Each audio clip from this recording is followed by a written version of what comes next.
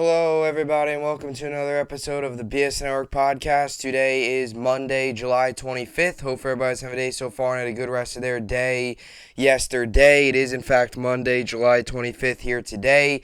Hope everybody had a good weekend. I apologize. I've not done a pod in a really long time, actually. As a matter of fact, in the past 2 weeks, I've only been able to do 2 podcasts. I apologize about that. This week, though, it will be all back to normal Monday through Friday, and things, for now on, will be back to normal with the Monday through Friday podcast. Apologize about that, but we got a lot to get to today on the program, coming off of a very, very busy weekend in which we got some NFL training camps opening. I know Buffalo did yesterday.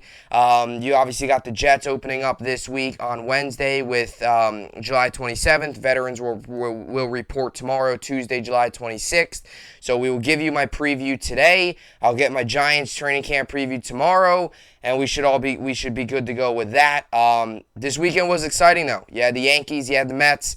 It was an interesting weekend for baseball because Mets lose the first two, win last night in a convincing fashion. I know the Padres threatened a little bit in the ninth inning, in the eighth and the ninth inning, scoring 4 runs to make it 8-5, but Mets were able to get the job done. Edwin Diaz came on, nailed down the save. Yankees, they won on Friday, lost Saturday rather than won Sunday. So it was an interesting weekend, but a good weekend. The way it ended was good with the Mets winning on Sunday. And also the Yankees winning on Sunday as well. Obviously, being a Yankee fan, I am super pumped up for the Subway Series coming up tomorrow on Tuesday and Wednesday. So already you could feel that a little bit of that energy. It's like a Monday. You just want Tuesday to be here already. You want to just, Subway Series is always an exciting time for Yankee fans and Mets fans, for both fan bases, because it's just, especially the way both teams are playing this year, there's so much more excitement. Some years, if there's a bad team involved, like, not to be negative, but the Mets tend to be the bad team. If they are struggling, it doesn't make the Subway Series the same. It just, when both teams are dominant like they are this season, both teams in first place, it makes it that much better and that much more exciting. So, looking forward to that. Today, the Yankees and Mets obviously both have days off. They'll be back in action tomorrow against each other for the Subway Series at Citi Field tomorrow, Tuesday, July 26th. All right, let's get to the topics for today's podcast. A lot to get to on the program, obviously coming out of a weekend. You got a lot to get to. We're going to start off with the Jets training camp preview. I'm going to give you my training camp preview today. The Jets start July 27th. That will be the first official day. Back together Saturday, July 30th. So for those of you who are going out to training camp this upcoming Saturday, enjoy it. Have a great time. I know I'm pumped up for training camp as well. So we'll get to my preview, kind of just talk about what you want to see, what to expect. You know the drill. I'm sure many of you have seen many previews all across, the sports landscape, sports world, whether YouTube, podcasts, TV, whatever it is. I'm going to give you mine, talk about it, get you ready for training camp 2 days away. We'll also get to the Yankees' updated trade options. Coming out of this weekend, it is clear the Yankees need to make some moves, and day by day, new guys come into the equation of possible trade assets. Now with Michael King going down, it's like a bullpen arm is needed in a way. So many things to get to with the Yankees, so many different options, so many different avenues the Yankees could go down. We'll get to it. We'll give you my updated trade partners. About 3 weeks ago, 2 to 3 weeks ago, I gave you my Yankees options, and it was the 3 players. It was Ian Happ, Brian Reynolds, and Benintendi. Now, the list goes on and on. Juan Soto being kind of the top prize. Bullpen arms, starting pitching. Yankees need a little bit more now. We'll get to that. And we'll wrap things up, as always, with the New York Sports Update to finish things off today here on the program. All right, so a lot to get to. With all that being said, this is the BSN podcast, and let's get right into it. So training camp is upon us. Yes, I can't believe I'm saying that. It's crazy. When the season ends in January, you look at, the months, and you're just like, it's so many months away until, training camp and all that stuff starts. And, you have the entire offseason, free agency, the draft. And there's always different, there's always different, like checkpoints throughout the offseason where you get a little bit closer and you start to feel a little bit more like training camp's around the corner. You obviously start with, free agency and all that. Then you get to the draft, and after the draft, you have the rookie mini camp and all that, and that gets you kind of fired up. And then, you get into June and the OTAs and stuff, and then once July hit, you're like, boom. Get ready for training camp. August hits. You're getting your fantasy leagues together. So football is slowly creeping up upon it. Not really slowly, quickly, with training camp starting. So the Jets will start Wednesday, July 27th. Veterans will report tomorrow. Rookies already reported on July 19th. So they've been in the building. They've been getting work in for the past couple days here. And obviously, it's going to be big. There's a lot of optimism around this Jets team going into training camp. There's a lot of positive things. There's also a lot of storylines.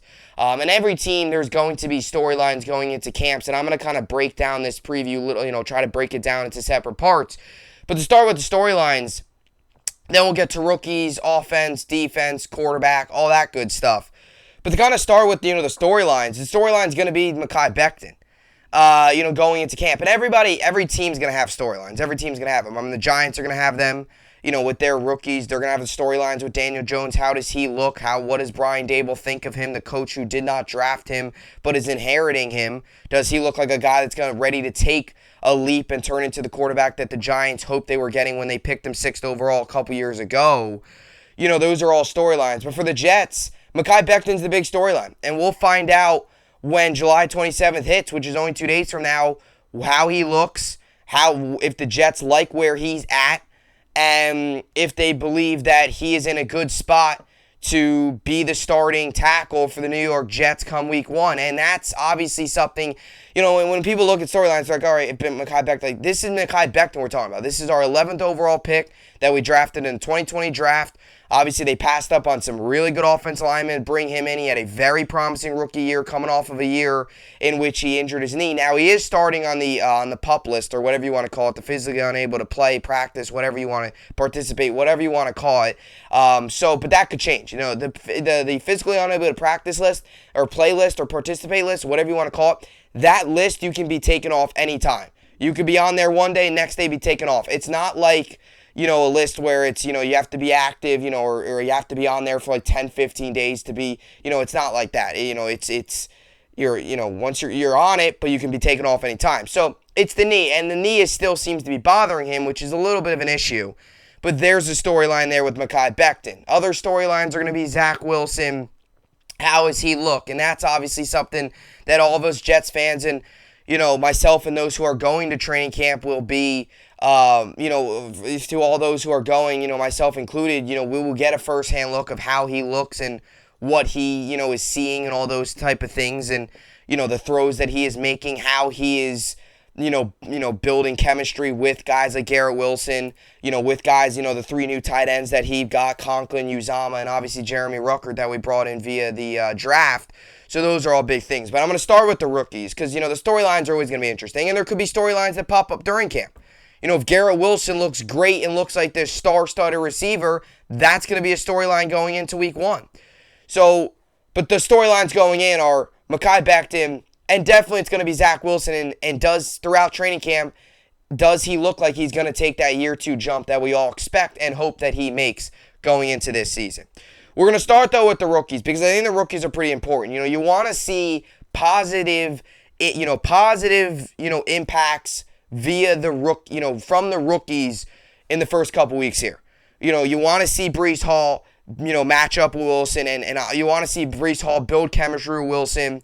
You want to see him get into that running back room with Michael Carter and be that dominant tandem because I'll tell you this, the Jets with Breece Hall and Michael Carter going into his second year, Breece Hall obviously an incoming rookie, that running back room has potential to be lethal for a very long time. And there's not often do you see a running back room that young with that much talent and that much capability to be so great. And we're going to get a first-hand look at it with Breece Hall coming in during training camp. He's going to be a guy to keep your eye on. How does he do splitting the snaps with Michael Carter? As we get closer and closer into the preseason, how does he look in that in-game action? How does he look out of the backfield catching passes? Obviously, we all know what he can do running. He's great with both. When you have two running backs that can both catch and run, that's a lethal backfield. A lot of backfields, you see a running back that can run, and in the backup running back is a guy that can catch. The Jets have two guys that can explode opposing defenses running, and they can dominate opposing defenses in the receiving game with their catching. And very rarely do you see that, and they're both very young. So it's going to be interesting to see how Breece Hall fits in throughout training camp. And also, if they are, because a lot of people believe that they're going to split reps, right? It's going to be a lot of, even during the game. Or they might ride the hot hand. If Breece Hall's got, a stretch of like 3 straight runs going where he's got 8 yards per carry, they're going to keep him in there. Same thing for Michael Carter. Michael Carter's having a good day. He's going to be in most of the snaps. If Breece Hall's having a good day, they could ride the hot hand.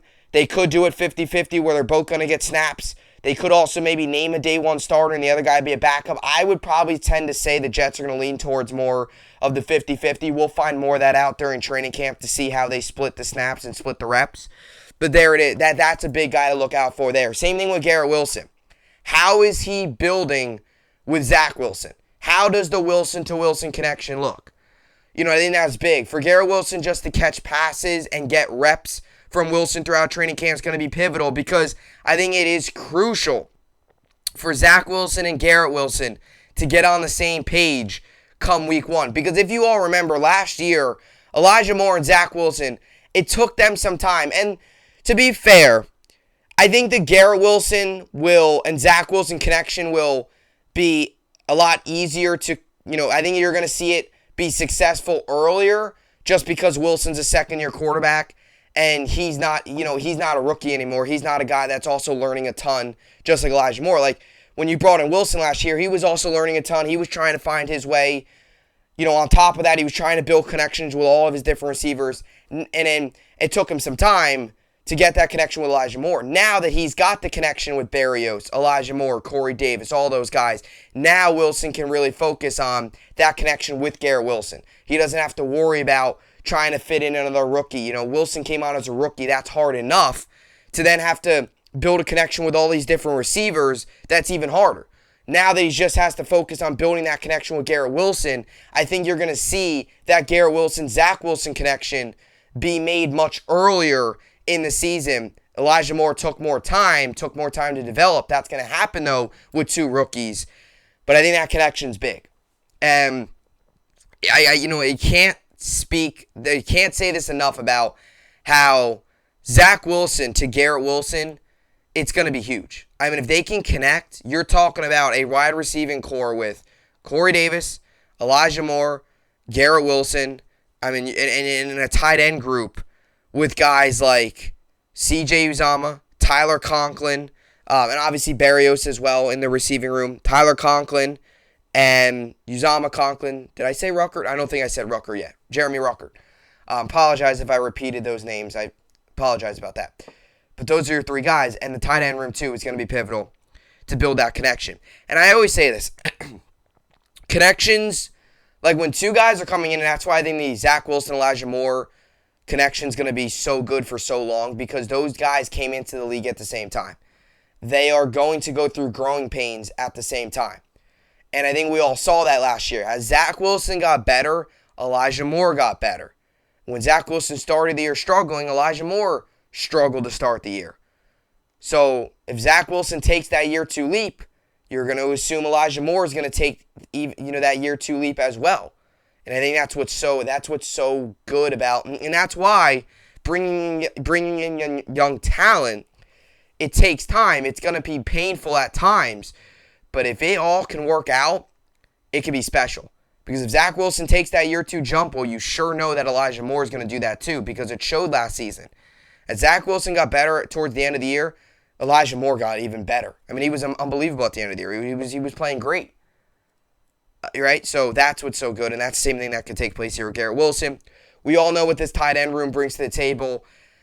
Look, Zach Wilson's loaded with weapons. There's no excuses now, and I think it's great to say that, and I don't want to sound like I'm being, negative or putting down the hammer on Zach Wilson, like, look, you got to do this and that, and I'm not saying Zach Wilson has to go out and win MVP this year, But I'm saying that there is no more excuses for not being surrounded with weapons. He has Elijah Moore. He has Corey Davis. He has Braxton Berrios. You bring in a guy like Uzomah, Ruckert, and Conklin. I mean, the Jets haven't been able to find one tight end the past decade. They have now found 3 legit tight ends. 2 who have true NFL experience. 1 who was in the Super Bowl last year with the Bengals and was a big part of that Super Bowl run. And another one who lit it up in college. And Conklin, a guy who excellent in the red zone and a guy who has been a steady guy in Minnesota. So you have 3 very solid tight ends, and a Jeremy Ruckert dude too. That Wilson's going to be able to make that one-on-one connection given he's a rookie. So your rookies on offense are very promising. Those are obviously the premier guys. There's obviously, offensive line and stuff like that with the rookies, but those are your premier rookies. Those are your premier playmakers. Now you go to the defense side of the ball, and all eyes are going to be on Jermaine Johnson and Sauce Gardner. And I cannot wait for the battles between Sauce Gardner and Garrett Wilson, because we all know that saying, iron sharpens iron. Well, it's going to be true in this case. Iron is going to be sharpening iron. I mean, you have 2 rookies. You have 2 guys that are going to be, they're going to give it their all in training camp because they're rookies. They're, although they're both drafted in the first round, they were the Jets' first 2 picks of the NFL draft. Obviously, Sauce at 4 and Garrett Wilson at 10. We all know that, we all know that they, those are, we all know that they're going to make the roster. There's no doubt about it, but they still are going to go in with a little bit of that chip on their shoulder. They're still going to go in with, given they're a rookie, they're still trying to they're still trying to, prove themselves and stuff like that. So I am so excited to see those battles. And not only does it help Garrett Wilson and Sauce Gardner, it also helps Zach Wilson, because Zach Wilson's going to have to throw up against a corner like Sauce Gardner. And I think that's what's so great about what this Jets team got. They have so much talent. They have so much young talent that it's going to help out the entire team. Sauce Gardner guarding Wilson is going to help out Garrett Wilson. It's also going to help out Zach, because Zach's going to have to throw in those tight windows covered by Sauce Gardner. You go to Jermaine Johnson.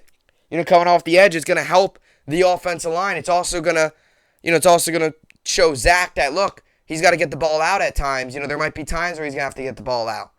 And I think when you look at, Jermaine Johnson, a guy who the Jets, I don't think any of us saw us getting. I was thrilled when we got Jermaine Johnson. I mean, knocked it out of the park. I mean, it was already it was a good draft, but you were wondering where the Jets were going to get their edge rusher from. And when they traded up to get Jermaine Johnson, it was just like, bring it on. Let's get this season going, because you already had your edge. You brought in your corner. You brought in your receiver to build around Zach. And now you're looking at all this young talent all over the field. And the defense, same thing. Jermaine Johnson coming off the edge. I think it's going to be a lot of fun to see how Jermaine Johnson and Carl Lawson look, off the edge. And because, like I said, I've said it with Zach and Elijah Moore. They can be lethal for years to come if both of them take those year 2 leaps and, onward. Same thing here with Carl Lawson and Jermaine Johnson. Lawson obviously coming off the torn Achilles. He's going to be a guy that we're all going to be looking at with close eyes this training camp. Not only to see, how he just looks in terms of, speed and stuff, but also how he looks to get into the quarterback. Because if you remember last year during training camp, before he tore his Achilles, which was such a blow for this team because there was so much optimism around him, he was blowing up Becton. I mean, he was destroying Becton. And he was getting, it was, when you were following the live tweets from the Jets insiders during camp, it would be like every other tweet was, up there goes Carl Lawson sacking, or, obviously not legit sacking Wilson because they don't do that in training camp, but there goes Carl Lawson on what would be a sack. It was like, Carl Lawson last year had like 25 sacks in training camp before he went down with the injury. So it's going to be interesting to see, too, how he does, followed by Jermaine Johnson. And I think what's so great, too, is you're bringing him into a defensive line room with John Franklin Myers, who just got the big payday, having a lot of success. Quinnen Williams, who has now been in the league, knows what he's doing. He's a guy that we're still waiting. Like, he's solid, but we're still waiting for him to take that big jump and get into that just dominant force. And I think we all think that this year definitely could be that year. And then you add Jermaine Johnson and Carl Lawson. Like, it's a great room to learn under, because you have Carl Lawson, a proven edge rusher in this league, a guy who gets to the quarterback fast. Jermaine Johnson, similar thing. Can get to the quarterback, will hit the quarterback. And in that defensive line room, I think that's going to be big in Jermaine Johnson's development, to be in a room with all that experience, and I think that's pivotal. and you go to Sauce in a secondary room. And it's young. It's a young secondary room. So that secondary room, it's going to be a lot of learning. There's going to be hiccups. There's going to be growing pains. But Sauce Gardner, I will always say this, and why I feel so good about Sauce Gardner going into this season, he never allowed a touchdown throughout his entire college career. And I know people are tired of hearing that, but it's like he never allowed, and there was another stat out there too that was crazy, and I forget what it was. It might have been a stat about like how many passes in his direction in a row where he didn't allow a completion or something like that. It was something crazy. There was obviously the touchdown stat throughout his entire career in Cincinnati, never allowed a touchdown. Like, that to me is like mind-boggling. And you could say, oh, well, it's the talent. He played up against Alabama in the college football semifinal. He didn't allow a touchdown. He fared perfectly fine. It's like he had that big test against Bama under the bright lights on the national stage. He took advantage of it. He was great. Sure, Cincinnati wasn't. The defense did fine. The offense and Desmond Ridder couldn't do anything against the Bama defense, but he was phenomenal. Like, he never allowed a touchdown. So, I think that's big. And I also think, I will tell you this, I think with Sauce, the big thing is when he allows his first touchdown, because let's be real here, I don't want to be a Debbie Downer. He's not going to, if he plays 15, 20 years in this league, he's going to allow a touchdown. But when he does, it's going to be interesting to see how he responds from that. How does he respond? Because he's never allowed one in all of his years in college. How does he respond? Does he just turn the page and get back out there the next drive? That's going to be big. And I think that's what's so big in training camp is I think there's going to be battles where he's going to beat Garrett Wilson. And he might pick off Zach Wilson. And that's great. That's great to see for Sauce Gardner. There's also going to be times where Garrett Wilson's going to have the upper hand and Zach Wilson's going to make a great throw. And you're going to see that Wilson-to-Wilson connection in full effect, and that's also great to see. So it's going to be back and forth, and I think that's what's going to be so fun to watch. And that's the one thing about training camp is like you never know fully what to root for because like you have like Zach Wilson, if he throws a touchdown, it's like it's great, but then you're like, oh, who was guarding him? But then if he throws a pick, it's like, oh, it's great for the guy who intercepted him, but it's like, well, that's not good for Zach. It's always so tough. You don't know what to root for. That's why I always say, like, if there's going to be a touchdown or something, just have it be like somebody who mossed them, and no matter how good you are, you're gonna allow it anyway. But I think that's what's so great about this young Jets team is there's so many young guys, and there's so many guys that are going to come in with a lot of energy, a lot of passion, a lot of competitiveness, and they're all going to just try to get each other better. I think that's so big for the New York Jets. So, looking forward to it. Really pumped up for training camp. I'll wrap it up with this, right? Zach Wilson. Big storyline going in. Always will be, always, the quarterback, second year always is going to be the big storyline. The two quarterbacks in New York are going to be the big storylines. Zach Wilson with the Jets and Daniel Jones with the Giants. I think Daniel Jones is a little bit of a bigger storyline because and I'll talk about this more tomorrow with my Giants training camp preview. I don't want to get into it, but there are some people out there that feel as if Daniel Jones isn't having a good training camp, there's a couple people out there that I've heard rumors that the Giants could look to trading for Jimmy G. Like if Jones is having a really bad training camp, but I don't want to get into it. That's tomorrow. That's my Giants training camp preview tomorrow. But with the Jets, it's the big thing with Zach Wilson, right? And I say this, and I'm so excited to see what Zach Wilson can do this season because he ended last year on a high note. And I know a lot of people are still going to say, oh, his rookie year was terrible, but he had growing pains. But the biggest thing that I could take from last season, I know the end of the season doesn't mean anything. We all believe us. We all know that. That 6-2 run at the end of Gaze's first year in the final 8 games when we went 6-2, clearly that never carried over because the next year, we all know, we went 2-14, winning 2 meaningless games in the final 3 weeks of the season. So we all understand that. But what I can take from last season is he stopped turning the ball over. And I think that was one of the biggest things that we all saw. In the final 5-6 weeks of the season, he didn't have one turnover. He had one interception. He started the year, and we all know that 4-pick game against the Patriots at home week 2. He started the year turning the ball over a lot.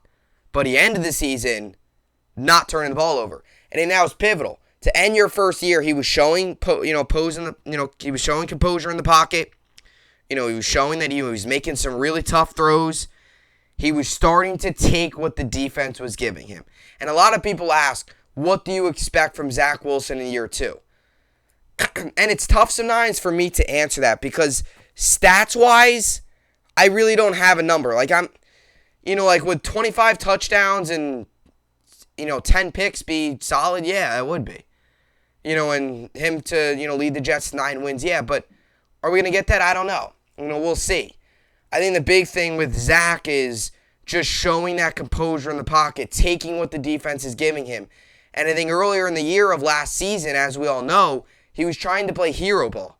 He was trying to win the game with one throw. We'd be down by 10. He'd try to make a big throw. Maybe it's an interception. Boom, that 10-point game in the fourth quarter turns into a 17-point game. And all of a sudden, you're looking towards next week, not an opportunity for a game-winning drive or something like that. And I think that was what's so big about Zach towards the end of the year.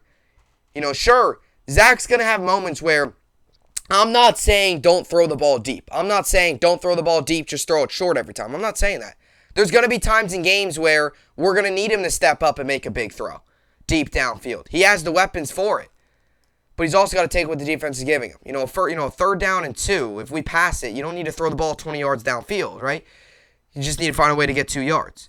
And I like the way that Zach was able to use his legs, especially against that Jaguars game. Towards the end of the year last year, he showed the ability to use his legs, use his mobility to his advantage as well, which I think was great to see, something that he didn't do much of earlier in the year. He did a lot more of later in the season. He just started to become really that true all-around quarterback towards the end of last year, and I think you got to see that going into training camp, right? See him compose in the pocket. Most of all, see him building chemistry with Garrett Wilson and obviously continuing to build chemistry with his other receivers. Seeing how he does against this defense. Sauce. Jermaine Johnson coming off the edge. Carl Lawson as well. New look offense line. He's going to have some more time with Lincoln Tomlinson up front. Super pumped up to see what this offense line can do. But Zach going into the season, the big thing is just show compose in the pocket. Take what the defense is giving you. You're going to win games that way. And I think that's what we saw towards the end of last year, and that's what I want to see into training camp. Obviously, training camp, too, is also a time to build chemistry, like I said. So maybe make some throws in training camp just to try to get Garrett Wilson involved and all that, just to get that chemistry, build that chemistry so you can be at your best come week 1 against Baltimore at MetLife. And that stadium pumped up. 7 Sundays away. 7 Sundays away from week 1. Can't believe I'm saying that. July 25th, training camp starts the 27th. Super pumped up for the season. Super pumped up for training camp. Just a lot of optimism around this Jets team. And I'll always say this, there's a lot of optimism. At the end of the day, you got to win football games. And I think that's the biggest thing. There's all this optimism. Turn it into, positive and go out and win football games and, have a lot of success this season. And, training camp's going to be big. And obviously, this isn't like this is my... Believe me, I'll be doing training camp updates throughout it. I'll be doing a lot of those. I've done a lot of them over the course of the podcast. A couple times a week, sometimes I'll do a training camp update. Because it happens every day. You're getting reports in every day just about how guys are going. And my my last thing, that I want to say was, with the training camp. You obviously, training camp's big because, it's higher stakes and OTAs and all that stuff. But you also have to realize training camp's not the regular season. If you hear a guy has a bad day, or you don't want to get too low, but if a guy has a great day, you don't want to all of a sudden call him, the all Hall of Fame player. I know that's what the New York media likes. You'll see articles, Zach played great today. And you'll see people call him, Zach's having an MVP season. I wouldn't go that far yet, but it's definitely good to see. But the same thing, if somebody has a bad day, you don't want to just crush them. It's training camp, right? There's going to be good, bad days. And I think with Zach, we should see a lot more good days this year, especially with all of the excitement and just all the weapons that are around him. And this front office has done a great job, and now this is Joe Douglas's opportunity to kind of sit back. Not, sit back and relax. He's obviously still got to, make all the roster cuts and all that, but it's his opportunity to kind of sit back and watch what he's done throughout these past couple seasons, which he's done some great work with this roster. Great work's an understatement. What he's done to turn this roster around from Le'Veon Bell, Darnold, all that, the pieces he's gotten in return, the draft picks he's gotten, and what he's turned those draft picks into, I mean, it's been phenomenal. It's been one heck of a job. So now you see it put it all together, and training camp starts Wednesday. So super fired up. All right, so that's my Jets training camp preview. I always say this. Get ready. This is all built up for the season, and obviously week 1 against Baltimore. By the way, just kind of a podcast update. So I wanted to kind of mention this. Starting this year, and I might start a little bit earlier during training camp, maybe into August and stuff, I'm going to start a Jets podcast. I have Bub's Talking Baseball podcast right now, and I've loved doing that. And I'm thinking about starting another one involving the Jets. So I'll keep you updated on that, but definitely something that, more towards August and into August. I was planning on starting one. Still thinking of the name because Bub's Talking Baseball was catchy, but there's, it can't, like a Bub's Talking Jets isn't really catchy. So I'm still thinking of a name, but was definitely something that I was thinking about doing for this upcoming season. It'd basically just be previews and recaps. Like I'll preview the Jets game, and then I'll recap it. Preview the game, recap it. Preview the game, recap it. That's kind of what I was just planning on doing.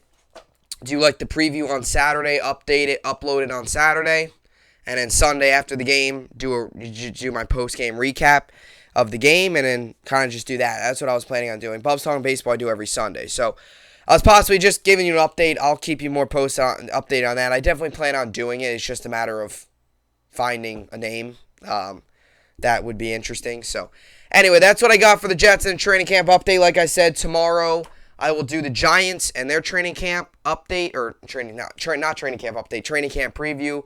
I'll do the Jets today, obviously, just got done, and we'll do the Giants tomorrow. All right, so shifting from football to baseball, it's that time of year. We obviously got a lot of football going on right now with training camp starting up, and baseball is in the prime of its season. August 2nd is the trade deadline. Yankees get the win yesterday, 6-0. Win the series against the Baltimore Orioles, take 2 out of 3. Got the win on Friday, 7-6. Lost on Saturday, 6-3. And then won yesterday, 6-0. So, it was an interesting series. It's an Orioles team that's much better. They're a much better Orioles team. They're 47-48 on the season. They're 18 games back in the division, but the Orioles are a team that's only 3.5 back in the wild card, and they're obviously a team that, it will be interesting to see what they do at the deadline, whether or not they sell at the deadline, buy at the deadline. I mean, it's crazy that I'm saying this, but the Red Sox are only 1 game better than them, and I think that's what's crazy. The Red Sox are only a half game better than them, so, to put in perspective of how the Orioles have been much better this year, they're up there with the Red Sox, but also how bad the Red Sox been this year, they're down there with the Orioles. So you can look at it both ways.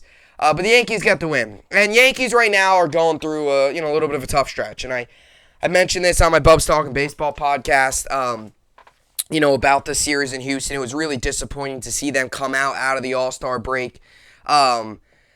And, lose both games in Houston, lose both games the way they did. First game, not able to get much hits. Second game, the pitching blew it with Herman out there, who was supposed to start Wednesday. Second game of the Subway Series. I don't see why that would even be a thought in Aaron Boone's mind. Herman's terrible. Subway Series, you're going to throw him out there against Max Scherzer. Don't understand that, but I guess we'll see how that all plays out. But with the Yankees right now, they need reinforcements. And seeing Michael King go down on Friday night was awful. His elbow's fractured, done for the year. He'll need spring training. Boone expects him to be ready. He'll need spring training. He'll need surgery. Boone expects him to be ready by spring training. But there's a possibility he might need Tommy John, which if he needs Tommy John, he'll be sidelined for probably all of next year. Which is way down the road, that's way down the road. It stinks to even have to say Tommy John with a player that's been so pivotal. But I talked about it a couple weeks ago with the Yankees and the possible trade deadline assets that they could pick up. And my 3 guys were 3 outfielders. Now you look at the Yankees, and this is going to happen. Yankees need a lot more of that. Yankees need reinforcements because the team right now, and I think, and I'm not going to sit here and hit the panic button with the New York Yankees because they're still 66-31. They're still way atop of the American League East, 12.5 games up. They don't need to worry. It's not like their playoff spot's dwindling. They're not in a situation like the Mets where they might lose the first place lead. They're still 12.5 games up. And in the Rays right now are playing some of their best baseball on a 6-game win streak, 8-2. Or the Blue Jays right now, rather, are playing some of their best baseball, 8-2 in their last 10 on a 6-game win streak, and they're still 12.5 back. So the Yankees are way up in the division. They're most likely going to win the division.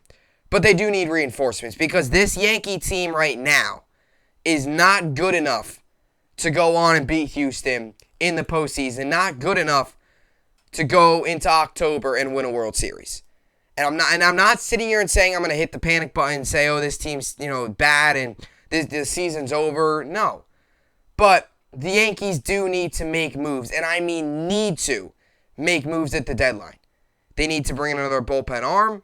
They need to bring in another bat and another starting pitcher. There should at least be 3 trades. At least. Bullpen arm, starting pitcher, or at least just 2 pitchers. Even if it's a guy that, and I wouldn't bring in 2 bullpen arms, but because you'll probably move one of your starters to the bullpen during the postseason, so that will add another arm. But you should at least get a bullpen arm, starting pitcher, and another bat in this lineup. Because on Houston, when you're sitting there and watching both those games, sitting there watching 18 innings of baseball, it was just really, really frustrating to watch the pitching from Herman, the bats not coming alive until late in the game.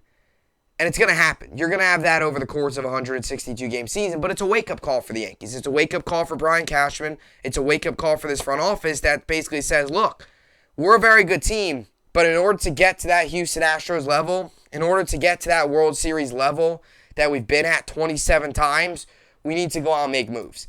Luis Castillo is obviously the big prize starting pitcher. If I'm the Yankees, I do it. Luis Castillo is a great player.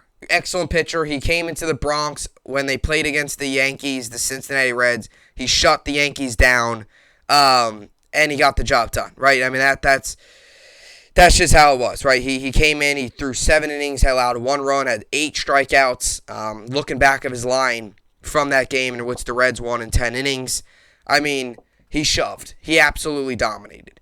And he would be an excellent piece for this roster. I said a couple weeks ago, Brian Reynolds, Ian Happ, Andrew Benintendi. Now, Benintendi's not vaccinated. For whatever that's worth, the Yankees seem to be a little worried about that because of the fact that Toronto, and the reason they know he's not vaccinated is because Toronto, they didn't allow him to play. He wasn't able to play in Toronto because he wasn't vaccinated. So that could be an option. Yankees might gear away, though, just in case if they do run into a series where they got to play Toronto, and let's just say he's not available in 3 of those 7 games, that's tough. That's really tough. So I'd still go out and get Benintendi because look, you can't play the conservative game and say, oh, we might play against Toronto. Well, what if you don't play against Toronto? And what if Benintendi's tearing it up for another team? Or what if you got to go up against Benintendi in the postseason when you could have had him? Right? I think you got to go out and get Benintendi if he's available and if that's truly who you want. Yankees may not want him. It might not even be about the vaccination status. It might just be the fact Yankees like Happ or Reynolds or somebody like that even better. But Benintendi's in the middle of a career year.